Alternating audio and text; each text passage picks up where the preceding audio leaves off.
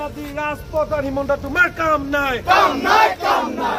জাতি ৰাজপথত অমিত শ্বাহৰ কাম নাই এই টুইট চলিছে আমাৰ সংগ্ৰাম চলিছে আমি নামানো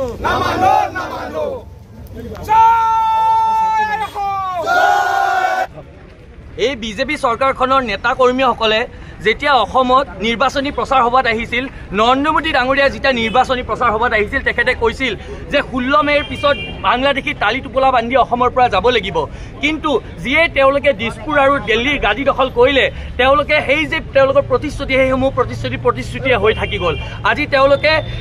কাৰ নামৰ এখন জাতিৰংকী অসাংবিধানিক আইন আমাৰ অসমৰ জনসাধাৰণৰ ওপৰত জাপি দি আমাৰ অবৈধ নাগৰিকক এই বুজা জাপি দিবলৈ বিচাৰিছে এই বিজেপি চৰকাৰখনে আমি অসম জাতীয়তাবাদী যুৱ ছাত্ৰ পৰিষদে এই চৰকাৰৰ এই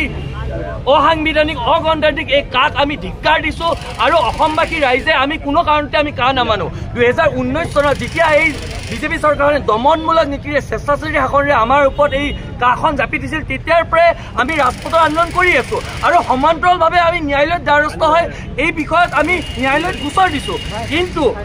আপোনালোকে জানে শেহতীয়াভাৱে এই চৰকাৰখনে আমি জানো কাৰ জৰিয়তে 2014 বৰ্ষলৈকে তেওঁলোকে পাকিস্তান আফগানিস্তান আৰু বাংলাদেশৰ পৰা যিসকল অমুছলমান লোকসকল আহিছিল তেওঁলোকক ইয়াতে নাগৰিকত্ব দিয়াৰ ষড়যন্ত্ৰ কৰি আছিল কিন্তু যোৱাকালি কেন্দ্ৰীয় গৃহমন্ত্ৰী অমিত শ্বাহ ডাঙৰীয়াই তেওঁলোকে গোটেই চৰকাৰখনে এই কেন্দ্ৰীয় চৰকাৰখনে তেওঁলোকে এক অধিসূচনা জাৰি কৰিলে যে 2024 বৰ্ষলৈকে যিমানবোৰ তেওঁলোকে অবৈধ নাগৰিক ইয়াতে আছে তেওঁলোকক সকলোকে ইয়াতে বৰপিৰা পাৰি দিয়া হ'ব তেওঁলোকৰ সেই বিদেশীসকলক আবেদন কৰা আৰু 10 বছৰৰ সময়সীমা তেওঁলোকে আৰু বৃদ্ধি কৰি দিলে আমি এই অধিসূচনা এই আদেশক আমি তীব্ৰ ভাষাৰে অসম জাতীয়তাবাদী যুৱ ছাত্ৰ পৰিষদে আমি গৰিহণা দিছো আৰু একেমুখে আমি কৈছো কা আমি কালিও মনা নাছিলো কা আমি আজিও নামানো আৰু অনাগত ভৱিষ্যত